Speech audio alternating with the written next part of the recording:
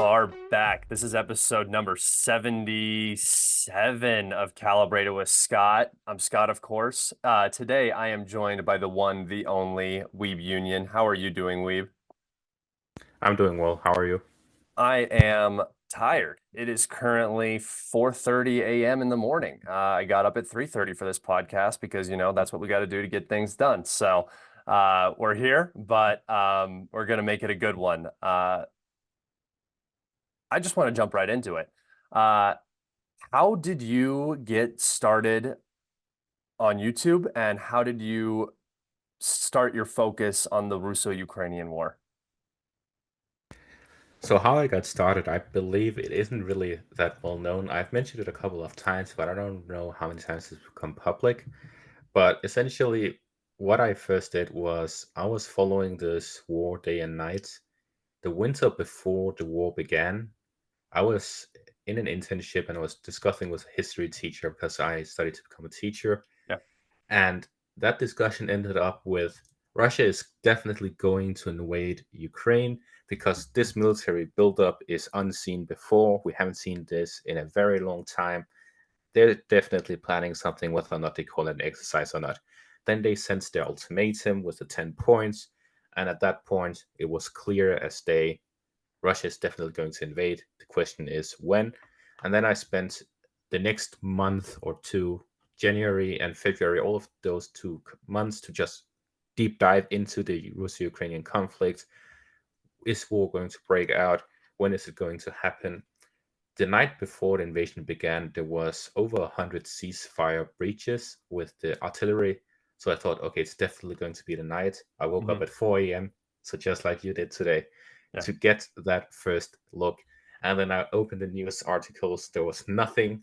Just before I was about to sleep again, I opened again to refresh it. Breaking news: Russia invaded Ukraine. Yep. So ever since the very first night, I spent day and night for months following this conflict, first on news media, then on mapping sites, then YouTubers who covered it, then Telegram channels. And in the end, in the summer of that year, 2022, I had a lot of time because I was on summer break from my studies, and I decided, okay, I've seen these guys on YouTube doing mapping videos, namely Defense Politics Asian History Legends at that time. I decided, okay, I'll give it a go. I'll try making my own. One of my first videos was a reaction to History Legends uh, doing an analysis of Russian strategy in the Donbass. And then I thought, this guy's actually speaking something intelligible. And then I thought, okay, let me react to that. My opinion, what do I think will happen? And then I covered mainly the Battle of Bakhmut because when I started, it was in late June, a couple of videos in. I didn't even think it was gonna get anything big. I chose a meme name.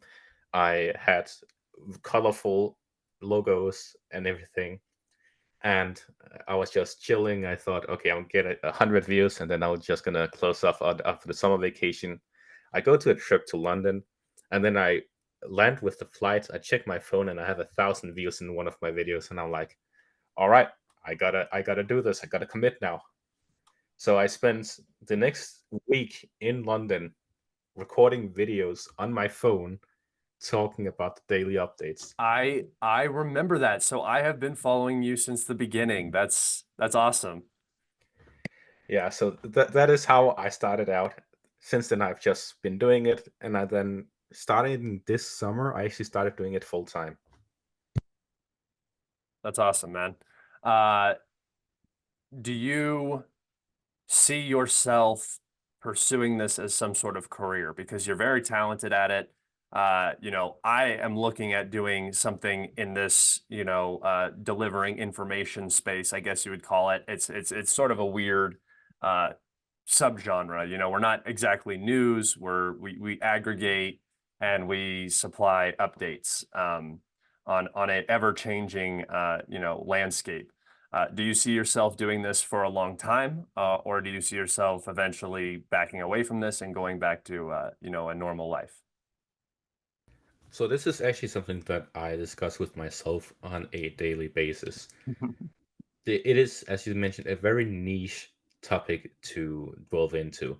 we are talking about mainly the Russo-Ukrainian War. I Yep. also started talking about the Israeli-Palestinian War, and at this point, it's just war coverage, really. Yep. So, what future possibilities do I even have in this genre? If the war stops, if post war stops, then I wouldn't be doing daily updates at all. What will I do next? That is my ever living thought. Will I continue this for the rest of my life, covering a never-ending Russo-Ukrainian war, or will I finish in a half a year when both wars end? Possibly, who knows? The point is, it is not a very stable job to No. have. So my wish is to continue doing this for as long as possible. My current plan, because I feel like I need something to lean up against in such an unstable situation to gain some stability. So I made a plan. This plan is very simple.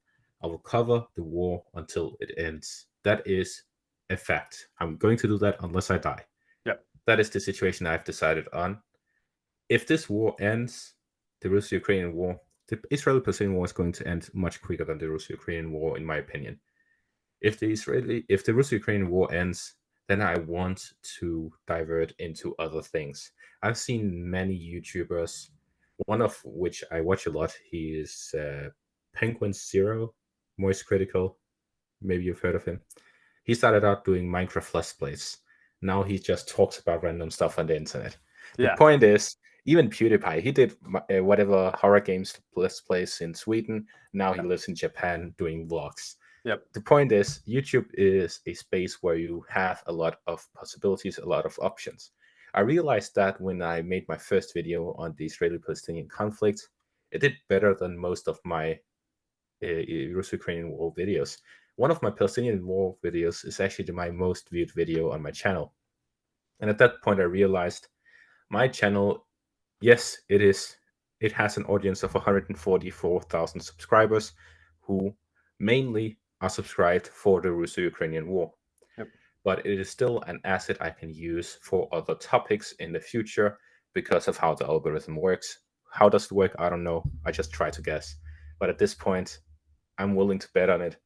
And at some point, I'm just trying to save up money right now, and then hopefully at some point I'll make something else that works, whether it be history, whether it be a Chinese Taiwan War, World War III, whatever happens, I'll just try to make something out of it, because the freedom that is accompanied with making YouTube is incomparable to any daytime job. I've worked 5 different jobs Yep. throughout my life. I'm only 22 years old. Every single one of them has sucked. So even if the pay is lower, I want to stick with YouTube as long as it is enough. So that is my wish. Yeah, I'm 25 and I've worked one job I thought was going to be my career or something that could lead into a career, and a couple of just like nothing jobs. And yeah, no, I'm in full agreement there. I don't think I've ever been so happy than when I'm doing this. Even though currently I'm still working, uh, this is yeah, like you said, the freedom is just unbelievable. There's nothing even close to it, and I hope to do the same thing that you're doing one day at the level that you're doing it. And eventually, you can, if you have to transition, you can just do something like what History Legends does and move into a topic that you enjoy talking about. For him, it's history. So, and I imagine for you, it's probably also history, considering your education background, right? Yeah, I am a history teacher. Yeah. There's also the aspect I was thinking about, which is looking at what is possible with YouTube. Like, for me, living in a country where there's a lot of positive things. The tax is high, but the living standard is also very high. I pay about 44% in taxes, but I have free healthcare, I have a pension, I have everything, all of these things. So in the end, where I live, I need to earn a lot of money because there's also high costs of living. Yeah. So by living here, I need to subscribe to something that gives a stable income. So YouTube, which is very unstable, especially when you cover a war. And talking about this is I've been doing YouTube for only about a year and a half now. I started June 2022. It's now December 2023, so almost a year and a half. And I've already been burned out once. So I think covering war is definitely something very heavy on the mental side, Oh yeah. considering uh, normal jobs. Like as a teacher, I'm definitely more relaxed, but on YouTube, there's so much freedom that even though the mental toll is heavy, it is still worth it. Like that is why I want in the future to move a bit further away from war and hopefully into something more cheerful. Because I mentioned being burned out at some point. Just before I went on a trip here in Europe, and just before that, I was extremely tired from the uploading because, first of all, one, I was doing this and my education at the same time. I would have to do as you're doing right now, waking up early in the morning, whether it be 4 a.m. or whatever it is, and then making a video, and then going to class. And then at that point, I was also making 2 or 3 videos a day. So I'd wake up at 4 a.m., go to make a video, go to class, get home, make a video, go to sleep, Yep. essentially. So I was doing that like top max 110%. Yep. Then after that, I got more tired, but I also got more popular, so I could get by doing one video a day. Yeah. But I also continued doing 2 videos a day until the end of Battle of Bakhmut, because at that point there wasn't really that much. So now I'm doing one video a day mostly. Sometimes I do two anyways, because there's just so much to talk about. But with that, it's much more healthier. And I also look at less combat videos. I only look at them if there's anything about territory. Yeah. Other than that, I try to avoid looking at them because the mental toll of looking at people in war every day is terrible. Especially since, yes, I make videos 2 times a day, but I check my phone every 15 minutes, looking at Telegram, looking at whatever. So I get a refresher on the constant 24/7 about this war going on. And at that point, I realized people can get PTSD just from looking at it. I But was I I'm was very happy that at this point, I'm still healthy. I was just about to say I I went into Costco the other day, right? And I saw they have their electronics section, and in their electronics section they have a drone section. And I looked at that drone section and it was like all I could think about, and it made my stomach churn, was just people getting grenades dropped on them, FPVs flying into people. And I realized that I have been ignoring the exposure that I've been subjecting myself to when it comes to brutal combat footage that, people aren't really, I mean, humans aren't really supposed to see that kind of stuff at least at that level. And it, it was just mind-boggling to me that, a little innocent civilian drone can give me a flashback for a conflict that I was thousands of miles away from. Yeah, we're in December now, and I worry about the upcoming New Year season with the fireworks because there was this thing that made it sound similar. I believe it was similar to a gunfire. My brother told me that it is definitely not. But whenever I heard that, I was like, "Damn, this is tough." And Yeah. I'm sitting here at thousands of miles away from the conflict zone, but and I'm honestly worried about the hundreds of thousands of people who watch my videos who also get exposed to some of this. Of course, I censor essentially everything Yeah. because YouTube rules, but also because I believe that people shouldn't be exposed to what others are exposed to. Yeah. And this is why I hate the war and I hate every war that is going on because they are so terrible. I think that's one thing that a lot of people really, really don't understand about most of the people, at least the people I've talked to, history legends, New World geopolitics, Most of the YouTubers that I've talked to, they don't really seem to understand that all of us, while we cover the war, we tend to be the most like anti-war advocates, which is very odd because it kind of is the end of our little 5 minutes of fame or whatever you want to call it. Some people think we're grifting or we're taking advantage of a wartime situation, but I have never met somebody who actually covers this in depth, actually knows what's going on, who necessarily, wants the war to continue. I don't think I've ever met somebody who's talked like that. I don't, have you? Unfortunately, yes. I Oh have met man. some people who are active parts of militaries and are watching what is happening and want it to continue because there is a perception. What I believe ours is that war is bad, it should end, but others believe war is necessary, so it should continue.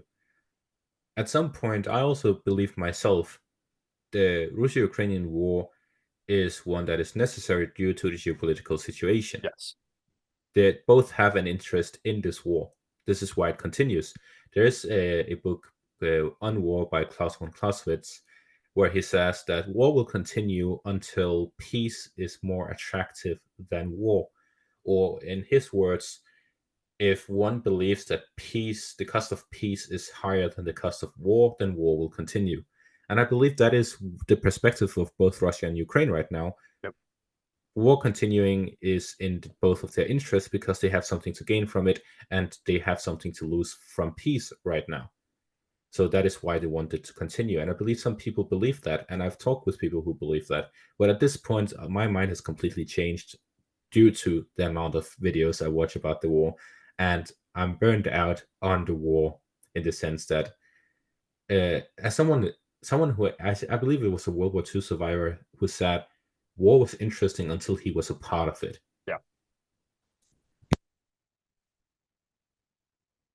I think your mic cut out. And no, I just didn't have any more thing to say. Oh, okay. Oh, yeah, no. Yeah, it's yeah. I'm in total agreement, and I can see that perspective of obviously, sometimes the forcible changes that come along with military action are necessary. Like if you stopped the Russo-Ukrainian war right now and froze it, it would be unsolved and a problem for probably decades and decades to come if it didn't ignite again in a year, So I do understand that. It's just at a certain point, like for my personal opinion on the situation in Ukraine is that Ukraine cannot win. Ukraine is not going to win. And everything past the point where I had decided that Ukraine was going to lose has been all for naught. And watching, Slavs killing Slavs because they think their side is right when, you know, it just doesn't always add up to me. So I think that that's where the whole uh, wanting peace comes from. Um, I wanted to actually get into a little bit more of the minutia of what's going on in Ukraine now. I want to know what is your current thinking on the Russo-Ukrainian war? How do you think it's progressing? Obviously, who do you think has the advantage on the battlefield? And where do you see this going in the short term? And then if you want to move into where do you see this going in the long term, I would love to hear your answer. All right. First off, I believe the war is just taking its natural course. There are two types of war, in my opinion, through history. The one is one where we have a very capable military general who controls the war.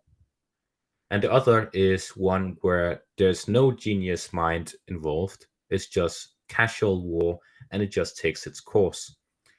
The ones with the genius minds is similar to the Napoleonic Wars, Alexander the Great, and other major generals throughout history who just managed to achieve all their goals in record time Yeah. That would be if Russia took Kiev in 3 days, for example, then they would need a genius military mind. I believe so far neither side has proven to have one. And this is why the war is just taking its natural course. People are looking at the books, they're looking up, and then they're adapting the theory to reality. That is just what's happening. There's no new genius movement. And this is actually very surprising because we are seeing the exposure of a new technology, which is drone technology, which has completely taken over the war when it comes to what is actually happening. It's all based on how drones operate. But it just really quickly went to there are some common rules and every general just follows those.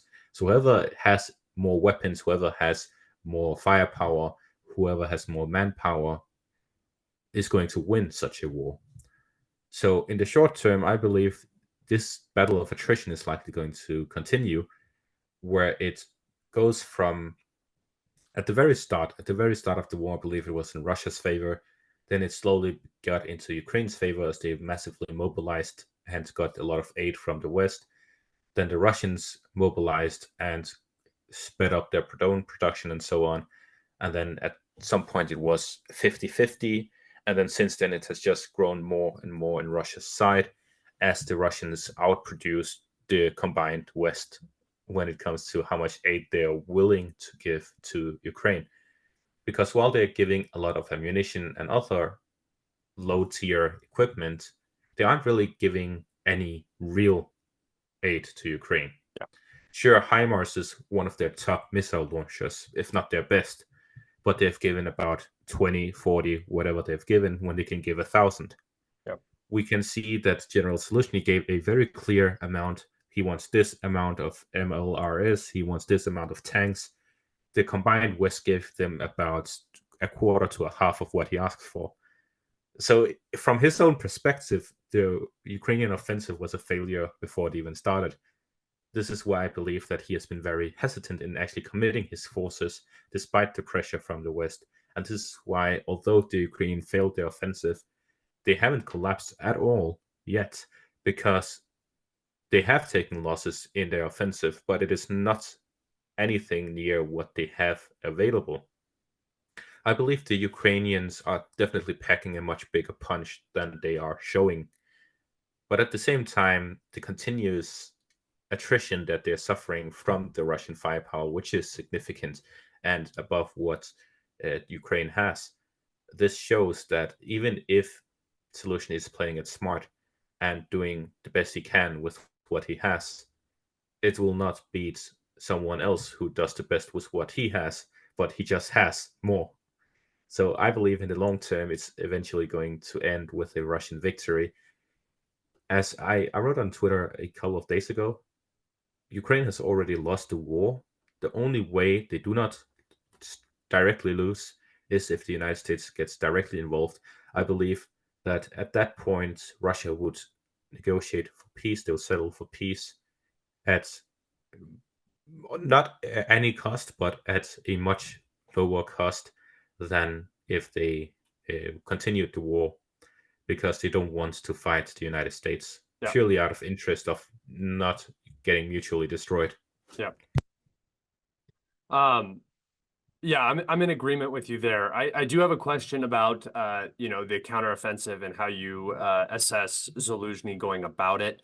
Uh, do you believe that that was a mistake in his military decision making to not commit more forces, potentially force a breakthrough, reach critical mass?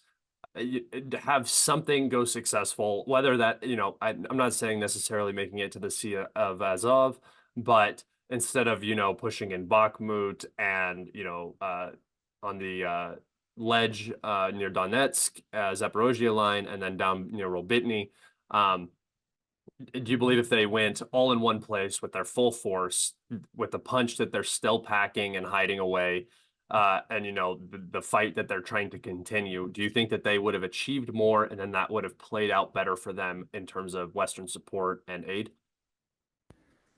So the information that I have available is that, and I'm not sure if this is accurate.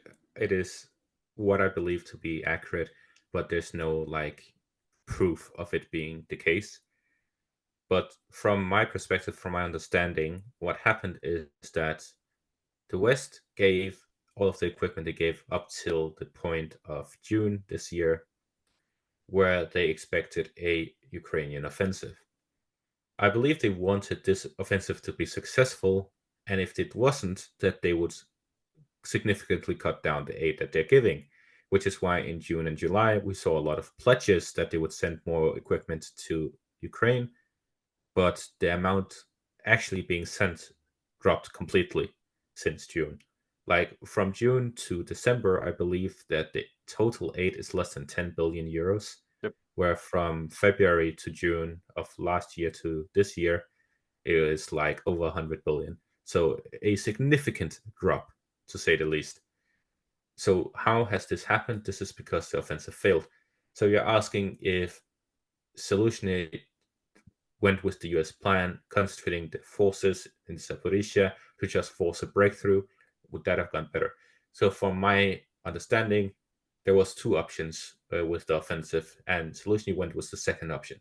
The first option is just concentrating all of the forces in the south, forcing a breakthrough through the fortifications the Russians built.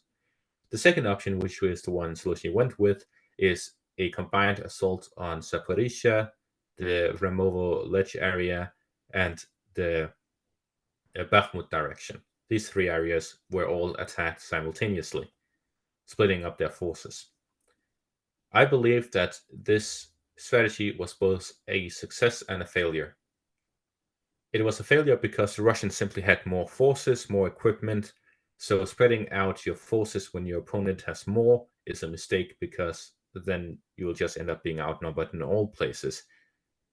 This is why the idea of defeat in detail is important, because if you are in a front line that is massive, like the Russo-Ukrainian front line, and everything is just split evenly, then if one side concentrates their forces in one area, then they can outnumber the opponent. That is the idea of defeat in detail. This didn't happen because they essentially split it up according to the supply situation. So the most amount of forces was in Zaporizhia on both sides because it is not that difficult to supply the Zaporizhia front. There are railways that go to the front. There are highways that go to the front. Overall, it's not that difficult. Same with Bakhmut. All of the roads from Kiev to Bakhmut to Donetsk is connected at Bakhmut. It is a massive supply station for the Ukrainians, which is why it was an important goal for the Russians when they were doing the Battle of Bakhmut. So a culmination of equipment and soldiers were located at these two areas. The Removo Ledge area in between by Velika Novosilka, that area was a terrible supply situation on both sides of the front. It is split exactly in the middle of two areas with highway connections, railways, and so on. So people, the both sides can send equipment and soldiers to about 50 kilometers from the front and then move it all the way to the front. That is a terrible supply situation. You have to use so many trucks, and in the fall season, those trucks are going to have a hard time reaching the front. So we saw a concentration of the majority in Zaporizhia and Bakhmut, and a small minority in the Removo Lech area. And that is where the Ukrainians had the most success, because similarly, the Russians also had very difficult supply in that area, and the fortifications they had were also minuscule due to the poor supply situation. This is why the Ukrainians had most success there. But in the Zaporizhia and the Bakhmut front, they ended up in a stalemate where the Ukrainians got a few kilometers of advancements. I don't think any area they passed 10 kilometers of advancements. If they did, they barely did. And in the end, Zaporizhia front, they captured Robotyne. In the Bakhmut front, they captured Klishchivka and Andrivka. Those are three villages in the areas where the most forces were concentrated. Yep. But in the Removo Ledge area, I believe they captured 8 villages, something around there. Yeah, they went down that little string. Yeah, exactly. So the point is, they spread out their forces. They didn't get much success, and their offensive ended with the weather, essentially. And then the Russians during that period has built up their army, while the West has barely given anything because they barely got any success. That is the narrative going around. The West stopped giving because of the lack of success. But in reality, the US ran out of the budget, and then the next fiscal budget has been put on delay, and it is likely due to political split rather than anything happening in Ukraine. So although the narrative is Ukraine didn't perform well, therefore there's less aid, I don't believe that's true. I believe they are going to give the aid nonetheless, Yeah. but it definitely has an effect on the morale. So I believe it is a victory in the sense that Zelensky, by doing this, saved a lot of lives by not breaking through or forcing a breakthrough. And the reason for that is if Zelensky decided, okay, we'll concentrate 200 tanks, 300 tanks, and force a breakthrough, that wouldn't have worked. Why do I say that? Because in the first week in Zaporizhia, the Ukrainians lost 20, 30 Leopard tanks, and they didn't really advance anything at all.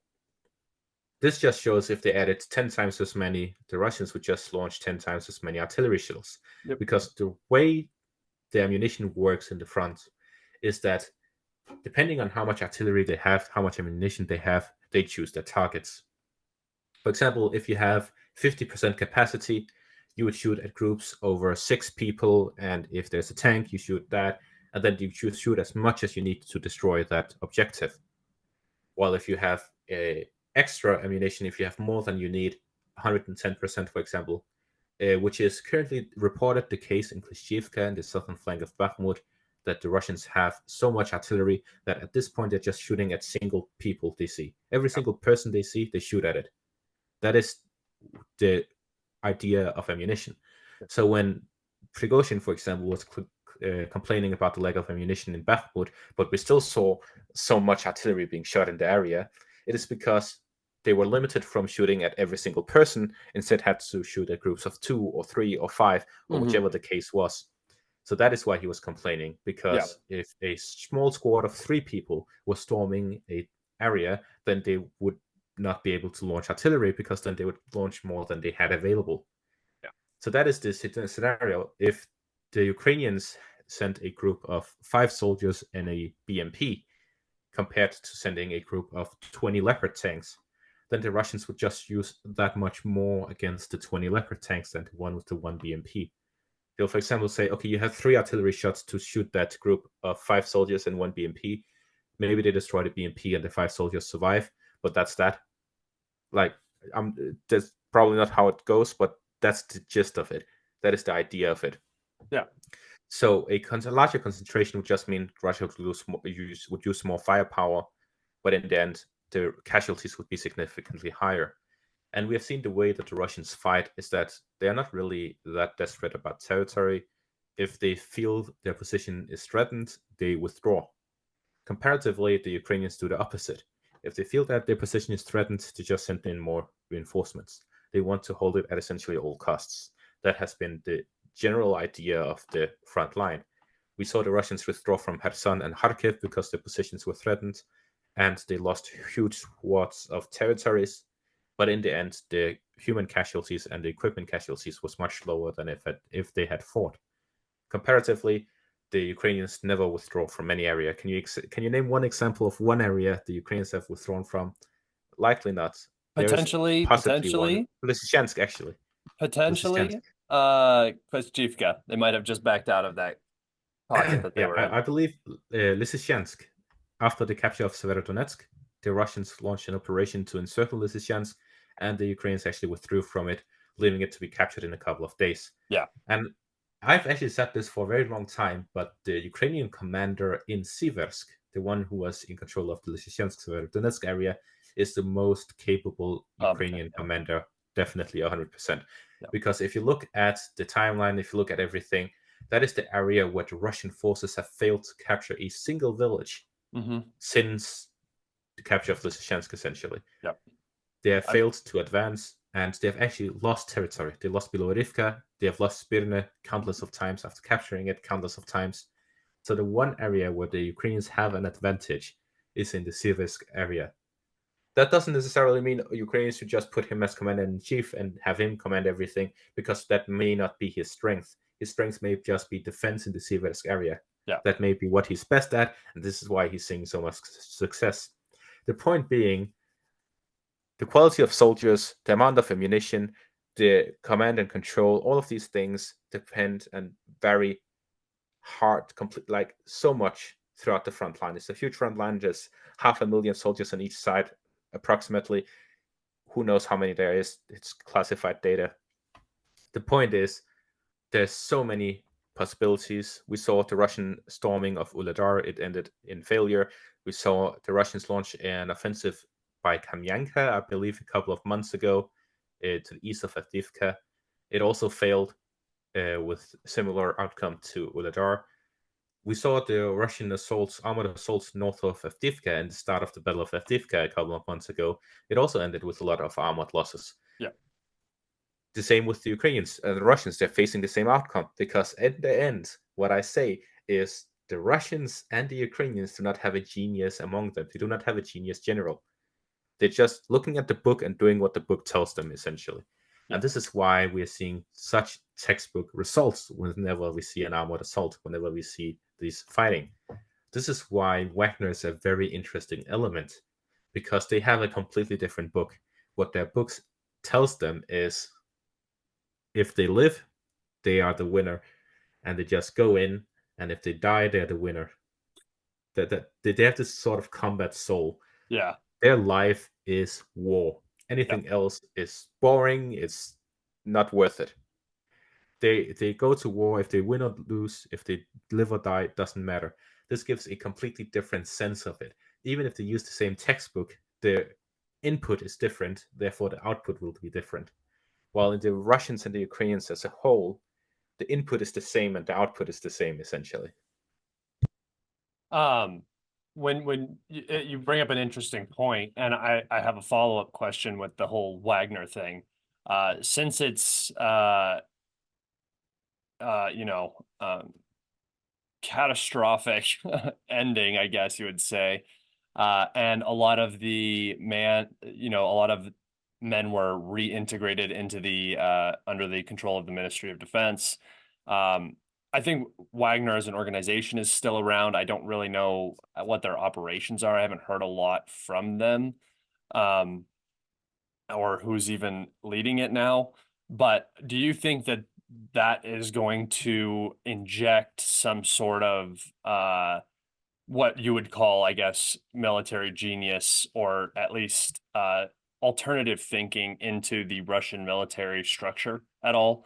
And a follow-up question to that genius comment: do you believe that modern warfare and the bureaucracy that surrounds it has sort of eliminated the possibility of those genius type military leaders, maybe not so much coming into power, but because the politics is always the same, but being able to exploit a battlefield in the way that they deem fit? Okay, so the first part about Wagner, to my knowledge, based on my sources from Wagner, there is approximately somewhere between 3,000 and 5,000 former Wagner soldiers fighting for the Russian Guard, and they are spread across the front line. They're fighting in Avdiivka, in Bakhmut, and in Kreminna mainly, but also heard reports they would be in Zaporizhia and Kupiansk as well.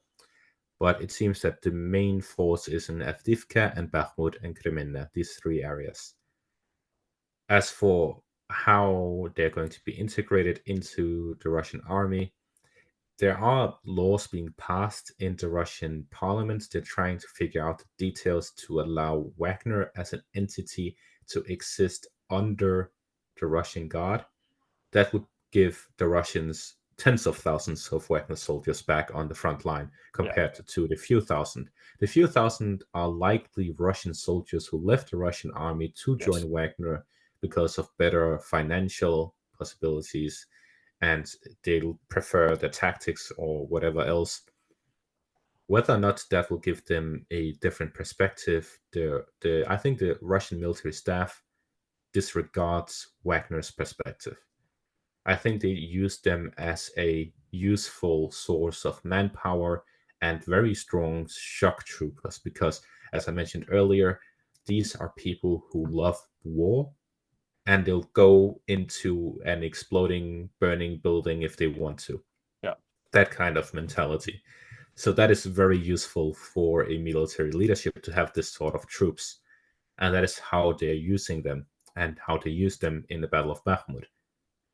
So it definitely gives a lot of possibilities to the Russian forces. I would say Wagner is comparable to the Azov in the sense of they're willing to die for the fight, while Russian and Ukrainian troops in general are more uh, laid back. They're more uh, conservative in this form, in the sense of they want to live, they don't want to die. Yeah. While Wagner and Azov have more an idea of if we die kind of mentality, Yeah. which is why they're so useful for these storming operations. And this is why the Battle of Bakhmut was so deadly, because that is mainly where Azov fighters were fighting since the fall of Mariupol. So with that, we see that there's definitely going to be a huge impact on the front line when Wagner comes back in force, whenever the bureaucratic stuff ends. As for how bureaucracy puts, I would say it puts a heavy limit on the freedom of generals, because essentially what we see today is that generals need to get an acceptance of, or rather than an acceptance of, I believe the way the war functions right now is Zelensky and Putin, the political leaders, give goals to the military leadership based on their reports. So let's say Surovikin, who was at some point the leader of the Russian forces in Ukraine, let's say he says Bakhmut is tactically important, strategically important. We can use it to grind down the Ukrainian forces. I think we should go with that. Then Putin says, all right, you go with that. You will focus on Bakhmut. You will try to grind down the Ukrainian forces and you will take control over the city. Then he is allowed to do whatever he wants as long as that is the objective. So he does things based on what he's gotten permission to do. So they essentially have to pitch what they want. He wants to destroy the energy grid of the Ukrainian army, of the Ukrainian country. So he pitches it to Putin. Putin accepts it or denies it. So I think there's this communication that needs to go through to be able to do his stuff. But I think the strategy itself is not that difficult to come up with. Whether or not it gets accepted is a different issue. So I definitely think there's limits to a military genius coming out, but I definitely think it's possible. And if there was any, they would definitely be revealed by now. Yeah. On the contrary, with this issue between Zelensky and Zelensky being reported, based on that, if Zelensky, for example, was a military genius and he has a conflict with Zelensky, that would very likely put very harsh limits on his abilities to launch military operations he believes to be good, while Zelensky would instead put more effort into following the ideas of other generals, for example, Sersky, who he has good relations with. So there could be this political battle between military generals and political leaders, which would make it difficult for military leaders to reach these greater ideas. For example, we have seen many great things under Surovikin. He pulled out in Kherson, he stabilized the front line, he built the defensive fortifications in Zaporizhia, he hit the energy grid of the Ukrainians.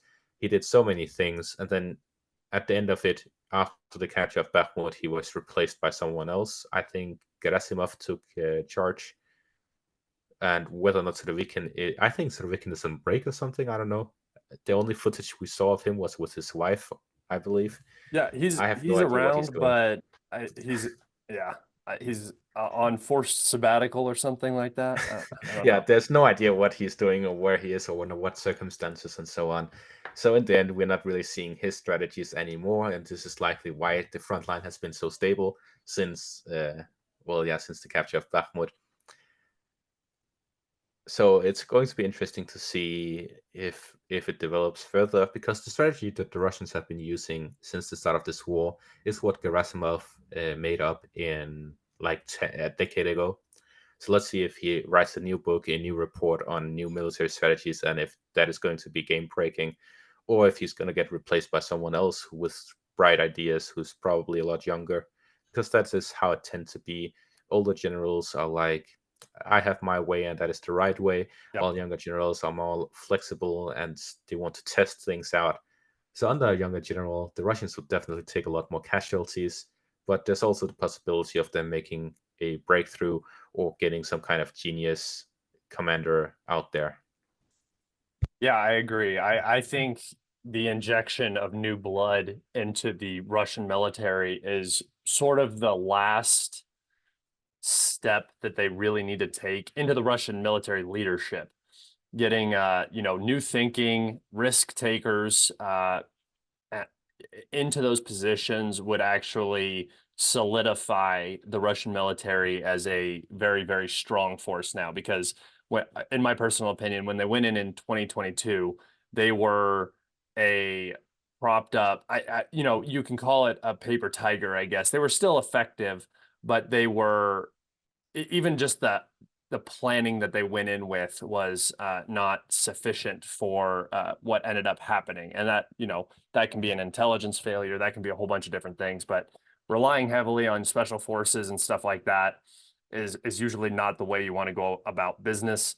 And when now the Russian military being on the war footing that it is, having the wake up calls, learning the lessons in blood that it has learned, I do believe that the thing that would most benefit the Russian military is young, fresh minds in the leadership positions.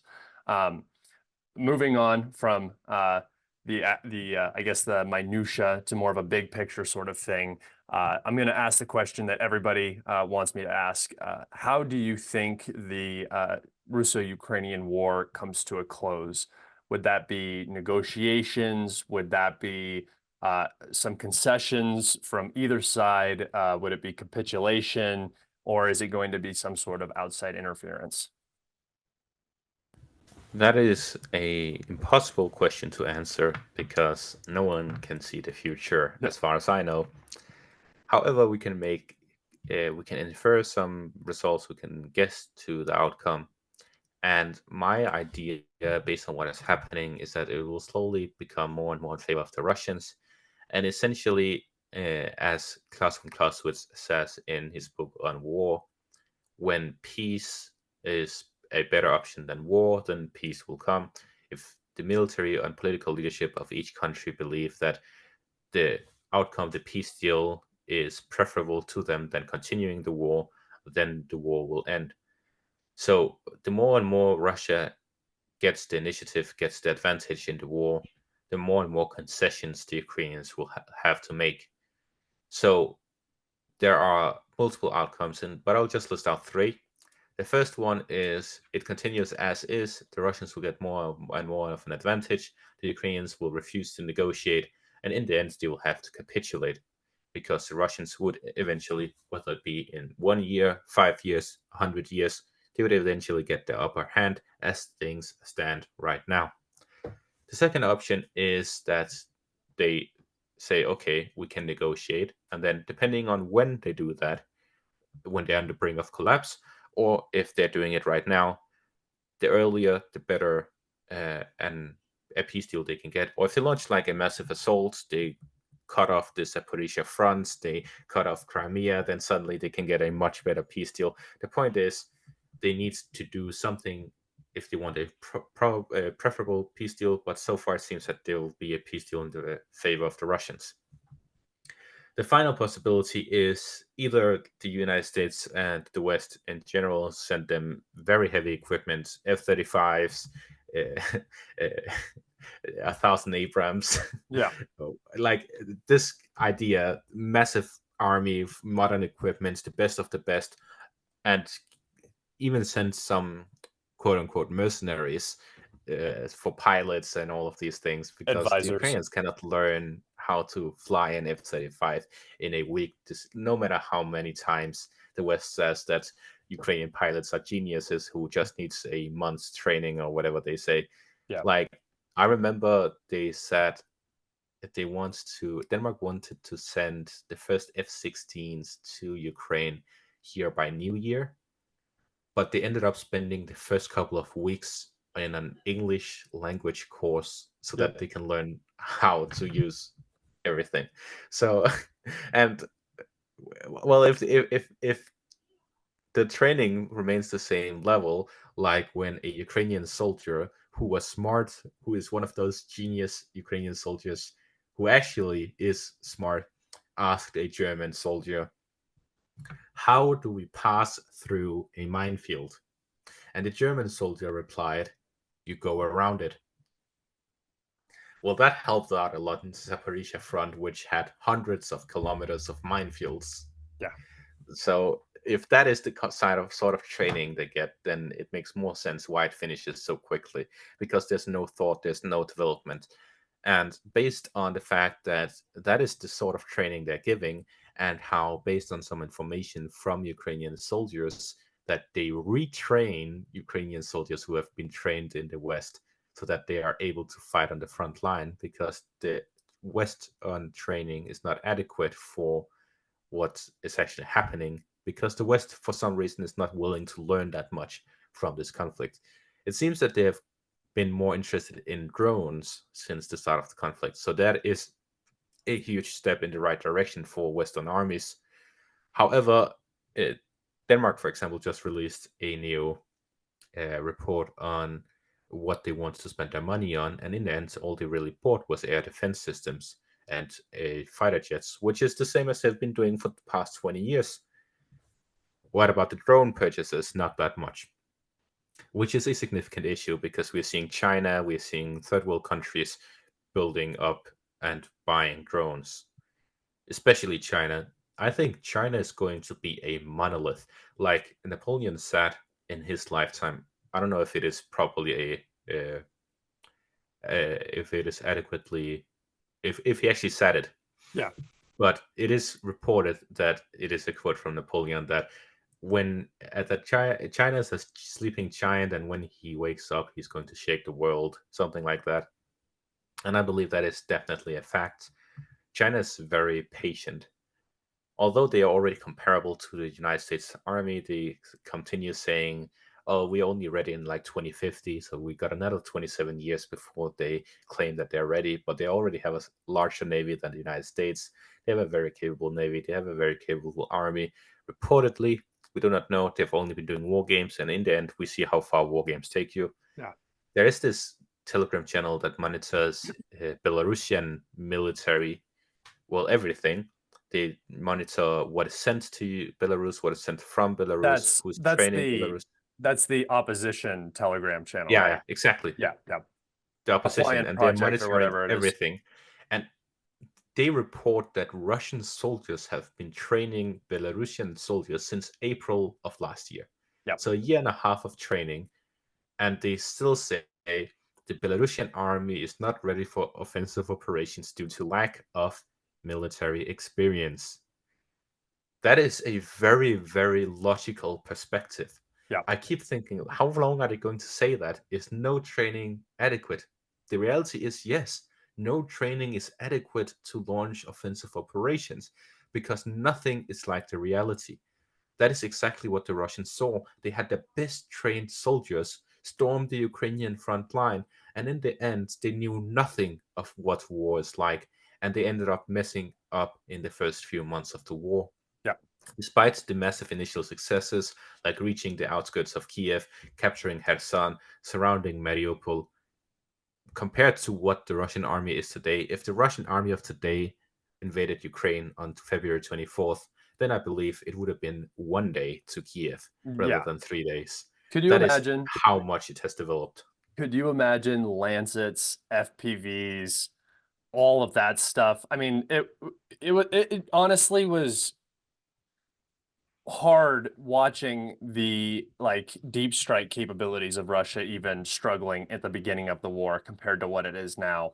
It Yeah. is a completely different beast. I totally agree with you. And all of that experience too is Mhm. just invaluable. Even the Ukrainians today, if it was the Ukrainian army of today facing the Russian army of the 24th of February, the Russians would have had to just cut their losses and pull out. Yeah, they would have got slaughtered. Yeah. So that is the reality of experience. That is how much experience gives. Yeah. Yet it surprises me how little the West is willing to learn from this conflict, and how much China is learning from this conflict. And this is my point about self-criticism. It doesn't seem that the West is willing to reflect that much over its own things and rather focus more on what other people do kind of situation with how we of course we do not know, it could all be classified and they could be hiding that they're doing all of these things, but we live in democratic countries. They're usually very open about what they do. They release reports constantly. You can search anything up on the internet about the exact military strength of any army in the Yeah. West. To rather what usually is hiding is China and Russia and so on. They usually hide their real capabilities, which is why it makes it difficult to see if they are strong or weak. But we can see Western articles switching the narrative from China is a paper tiger to, well, we're fucked. Yeah. And just to add on to your point, I have a number of connections in the U.S. military, both former, present, and they tell me that things are just slowly just getting worse and worse. And the training hasn't changed at all because I asked, I said, "Are you guys like, do you guys do like squad training with like drones?" Because every single unit in Ukraine now has two or three drones watching every single operation they're doing. We get footage from an FPV hitting a vehicle, and then we also see another drone watching that FPV hit the vehicle. And the answer is no. They aren't incorporating any of this stuff. And I'm saying, and I'm just looking at that going, you're in peacetime. You have one of the highest defense budgets, I mean, the highest defense budget in the world, not comparable to anybody. And you're not, putting any money into squad level drone, advances. Like, that's crazy to me. You're spending trillions on F-35s to fight, adversaries that are not your peers, and that your peers continue to accelerate away from you. That is a very solid point. I also heard something similar of the Danish army, where, according to official reports, we do not have a single brigade ready Yeah. for war. They do not have the necessary equipment. They do not have the necessary ammunition. We at some point we sent a frigate, missile frigate, to Estonia to deter Russia. It came back after a couple of weeks because it was revealed that they didn't have any missiles. We sent 900 soldiers. I believe that is what's military size is that? I don't remember. The point is battalion. We sent a battalion to, I don't remember if it was Lithuania or just general in the Baltics. In the end, they couldn't even train while being there because they didn't have necessary ammunition to train. Yeah. So we do not have ammunition for our own army, yet we're sending everything we have to the Ukrainians. We have sent essentially all our modern artillery to Ukraine, the 19 Caesar cannons, or however many we sent, and then we instead buy from Israel. Yes, Denmark and Israel are chummy butts. Yeah. Do you see that being one of the reasons that you hear this? Obviously, there's the fear side of it. I get that, but my perspective is the fear propaganda and the rhetoric that people will use, while it's not always justified, it does come from a place of projection almost. And when I listen to Western analysts and military leadership and political leadership talk about Russia in particular, it's sort of this Schrodinger's Russia, where at the same time they're the second best army in Ukraine, but they're also poised to invade the Baltics, Poland. They're coming for NATO. Obviously, there's the rhetoric side of that where you want to continue spending a lot of money on this, and a good way to do that is to scare people. But do you also think that there is this thinking now in NATO after watching this war? And I know you said that they don't self reflect as much as they should. But do you think that there's this feeling now where they're saying, oh, our Eastern European allies are not anywhere prepared for what's coming. I have 2 points, and one of them is a question. Well, first off, about militarization of NATO itself. We see that they are sending a lot of aid to Ukraine, but what are they doing to themselves? While they're sending what they have to Ukraine, they're trying to buy from third world countries because their own production does not match up with what they need. For example, we have Poland, they have Leopard tanks, they have Abrams tanks, and now they're going to buy K2 Panther, I believe they're called, from Korea, South Korea. Yeah. So we are having the Polish buy approximately, if I remember correctly, 1,000 of those tanks. These are new modern tanks that are very capable. But the fact that they're buying from South Korea instead of buying from the United States, from Germany, this shows clearly that there is a lack of reliability, whether it be with the production, the supply, or the capability of Western tanks, of Leopard tanks, of Abrams tanks. Is it because they cannot receive them? Is it because they cannot produce them? Is it because they are not capable? We do not know. But we do know that Poland had decided that buying from South Korea was preferable to buying from their own physical neighbor, Germany, and their own military powerhouse, the United States. This is, to say the least, very worrying about NATO. So that is my question. What the hell is happening to NATO since they are buying weapons from elsewhere? Like Denmark is buying from Israel, Poland is buying from South Korea. Where's the United States going to buy from if they cannot even supply themselves? Yeah. That is the real question. So that is the first part. The second part was I have to refresh what was your statement? What was your question? Do you believe that it's some sort of projection that Europe isn't ready for what could potentially be coming? Okay, yeah, the Schrödinger's Russia. Yeah. Someone wrote an article, and I believe that explains it perfectly. They wrote it the Stormtrooper syndrome. Stormtroopers in Star Wars. Have you watched Star Wars? Yeah. Yeah, most people have watched Star Wars, I believe. Yeah. In Star Wars, how many stormtroopers have actually hit their targets? None. Exactly, that's the point. Yeah. Stormtroopers exist to give an idea that the main character is in danger. Yes. They are allegedly extremely talented, very well trained, whatever, to just kill everyone and hit perfect targets. They have lasers, like everything is perfectly should be hitting every single shot. Yet we never see them hit a single shot through all of the movies. I believe probably at some point someone hit some shot at some point. I But think the point is, I think a against massive army. the drones they did pretty Yeah, good. yeah, exactly. But the point is, any main character would not get shot by the stormtroopers. So the stormtrooper syndrome is an idea that there is a danger that is very real, but it is only used to get your point across. Yes. So Russia and China are both very capable adversaries for the United States. They are very real enemies. They are very capable and so on. So the United States is using that capability of adversaries to get their own policies across. So they're using it in their own interest. That is the point.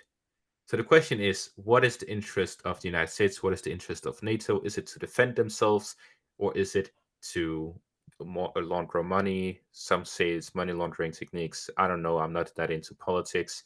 The point being, whatever the interest of the leadership is, if you trust your leadership, if you trust your politicians, then you should be fine. If you don't trust them, then you should be worried, because whatever the interests of the politicians are, they always use fear to get it.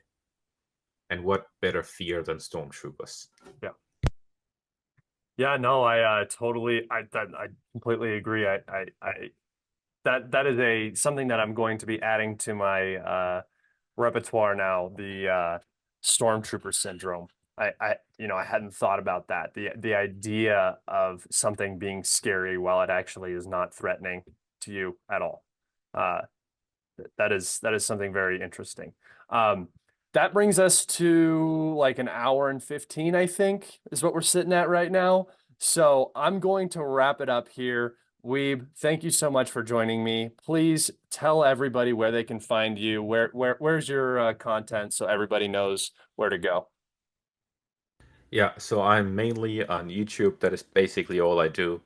I have Twitter and Telegram. Telegram is basically just for my sources. Twitter is where I rant and then delete my rant. And then I have a Patreon if you want to support me, where I upload content that is either. I recently did an uncensored video where I went a little further than I would usually do on YouTube, and then I'm doing a series where I analyze every section of the front line. So that is where you can find me. Thank you very much for inviting me to the show. It's been interesting to have this discussion with you, and it's been very interesting to talk about this. Yeah, and I hope you are willing to come back soon because I'm sure the listeners are really going to enjoy all of this. All of those things that he just said, his Twitter, his Telegram, his YouTube channel, and his Patreon, you will be able to find all of those in the link to in the description. The link to those in the description, sorry. But from me, Scott here at Calibrated, I'm going to sign off and say goodbye. Thank you so much, Weeb. Everybody have a great day.